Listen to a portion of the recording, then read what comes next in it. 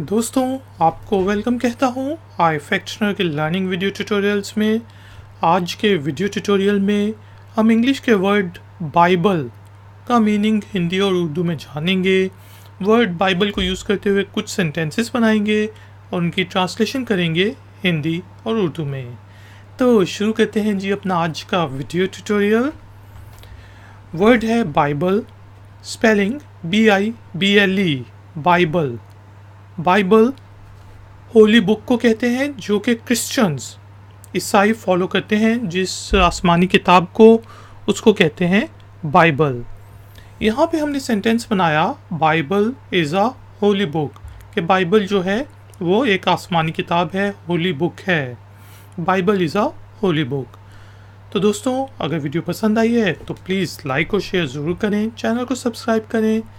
कोई भी क्वेश्चन हो तो नीचे दिए गए कमेंट्स बॉक्स में ज़रूर पूछें। मिलेंगे एक और नए ट्यूटोरियल में। Until then, take care, keep learning, keep enjoying. Good day.